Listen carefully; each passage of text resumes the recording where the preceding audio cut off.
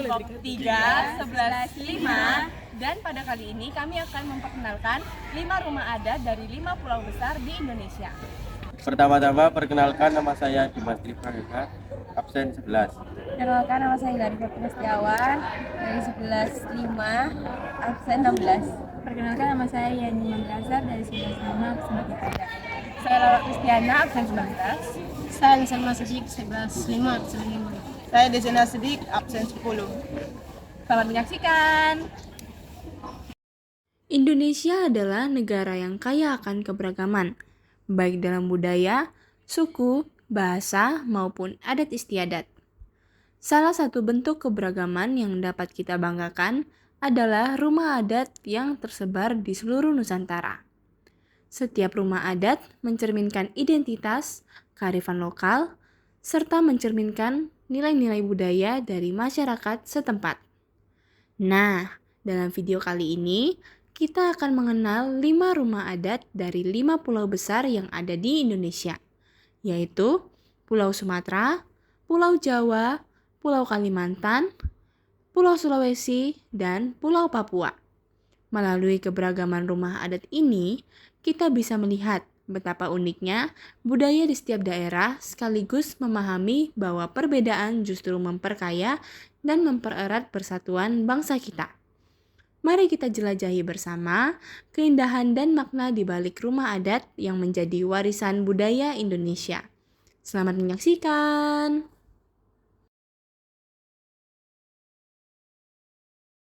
Di sini ada rumah adat Sumatera Barat, yaitu Rumah Gadang. Rumah Gadang adalah Minangkabau yang berarti besar. Rumah ini menjadi simbol kebesaran, kekuatan, dan pemersatu masyarakat Minangkabau, serta merupakan warisan budaya Indonesia yang harus dilestarikan. Sejarah Rumah Gadang dikaitkan dengan kemenangan rakyat Minangkabau atas Majapahit melalui adu kerbau.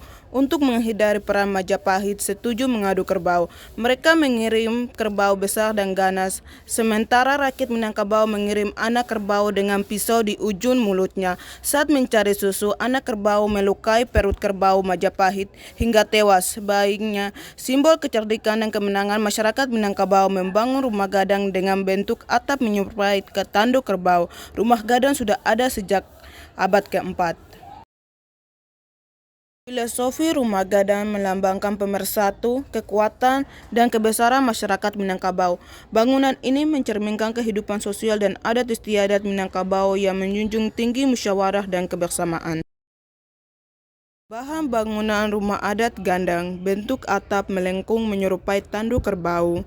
Tiang utama dari kayu yuha yang kuat dan kokoh. Atap terbuat dari ijuk, dinding dibuat dari anyaman bambu yang dipotong dari susun rapi, lantai berbahan kayu yang ditinggikan sebagai perlindungan dari banjir. Fungsi rumah gadang digunakan untuk berbagai kegiatan adat seperti pertemuan keluarga, penobatan kepala adat, serta acara penting lainnya dalam kehidupan masyarakat Minangkabau.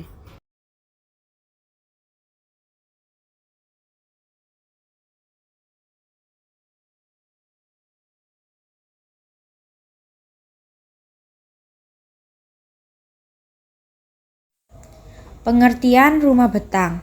Rumah betang adalah rumah adat khas Kalimantan yang terdapat di berbagai penjuru Kalimantan dan dihuni oleh masyarakat Dayak, terutama di daerah hulu sungai, yang biasanya menjadi pusat pemukiman suku Dayak. Di Kalimantan Barat, rumah betang biasa disebut rumah panjang, rumah radang, atau rumah panjai.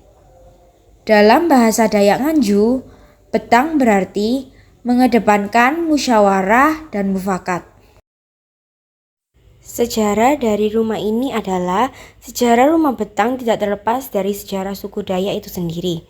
Rumah ini telah ada sejak abad ke-18 hingga tahun 1942. Diwariskan dari generasi ke generasi.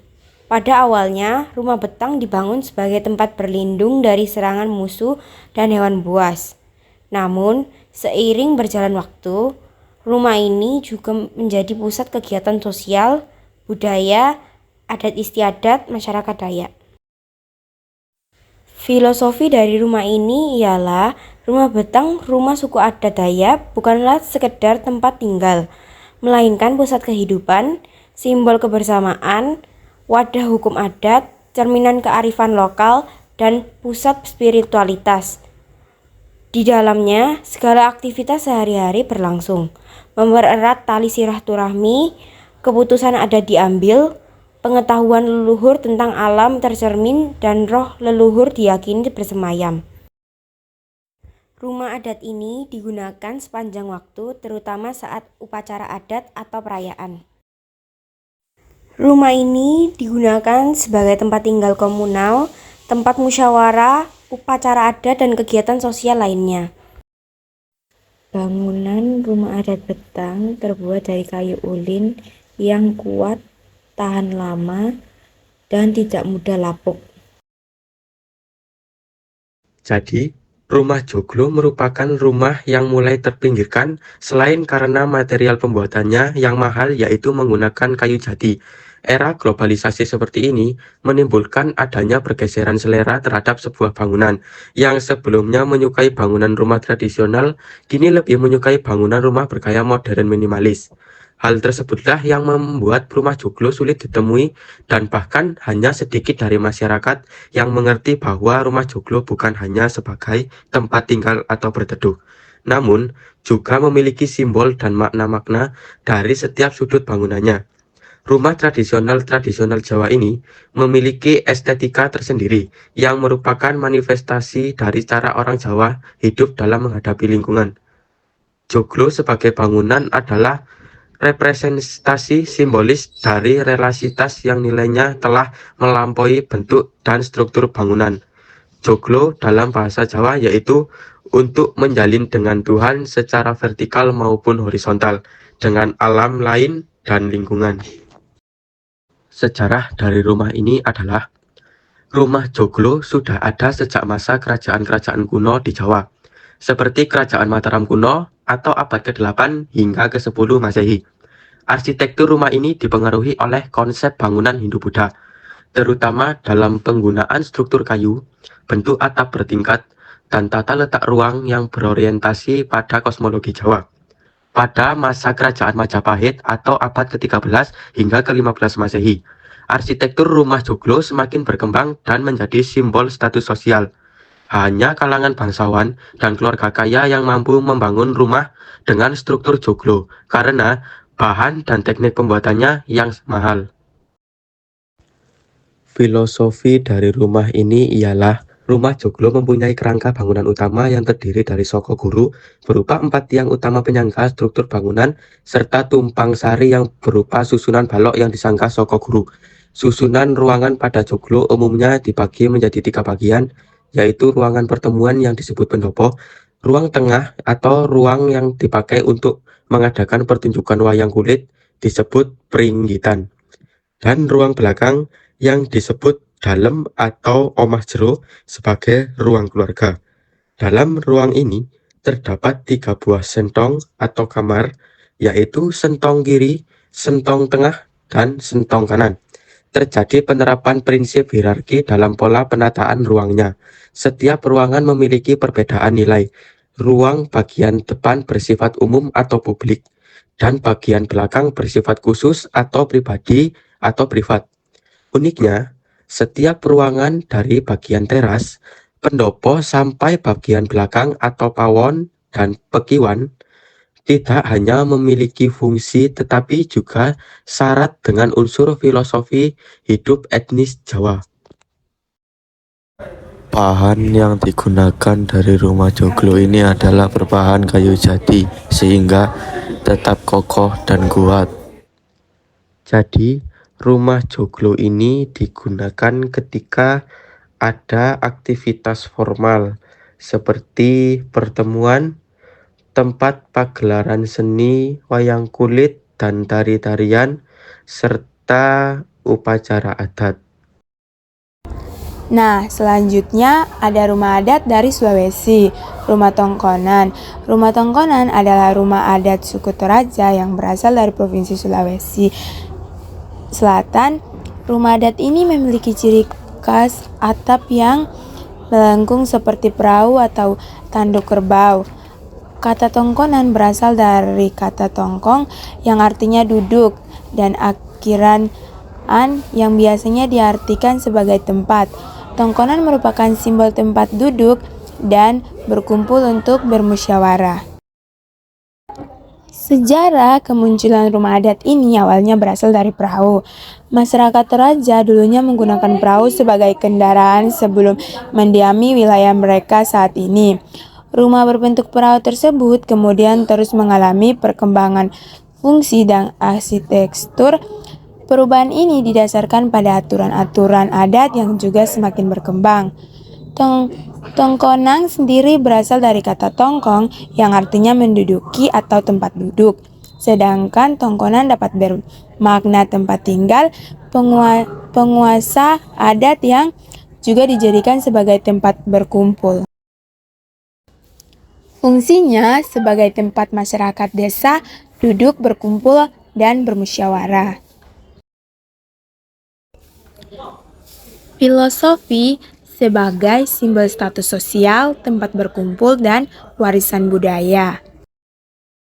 Bahan bangunan rumah adat Tongkonan terbuat dari kayu uru, bambu, ijuk, alan-alan, dan rumbia. Rumah adat ini digunakan ketika upacara adat, sosialisasi, dan membina keluarga.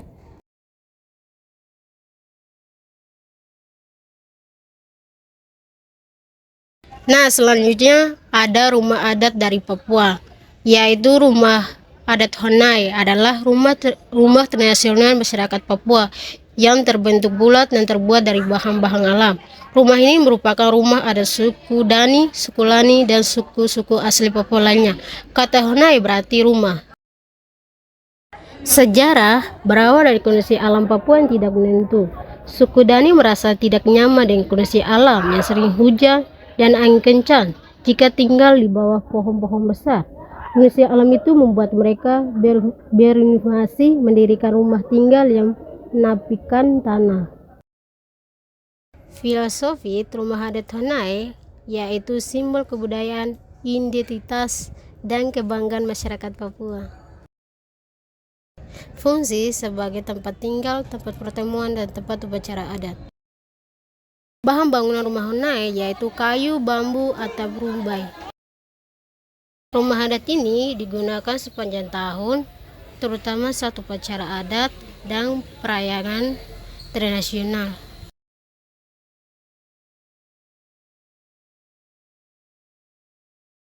Nah, itu dia guys, 5 rumah adat dari 5 pulau besar yang ada di Indonesia. Keberagaman 5 rumah adat di Indonesia mencerminkan semboyan Bhinneka Tunggal Ika, yang berarti berbeda-beda tetapi tetap satu. Meskipun setiap daerah memiliki rumah adat dengan arsitektur, bahan, dan fungsi yang berbeda, semuanya tetap menjadi bagian dari kekayaan budaya Indonesia yang satu. Perbedaan ini tidak memecah belah, justru memperkaya identitas bangsa dan menunjukkan bahwa keberagaman dapat hidup berdampingan dalam harmoni. Dengan menjaga dan melestarikan rumah adat, kita juga menjaga nilai persatuan dalam keberagaman, sebagaimana semangat Bhinneka Tunggal Ika dalam kehidupan berbangsa dan bernegara. Sekian dari video kami, terima kasih. Bye-bye.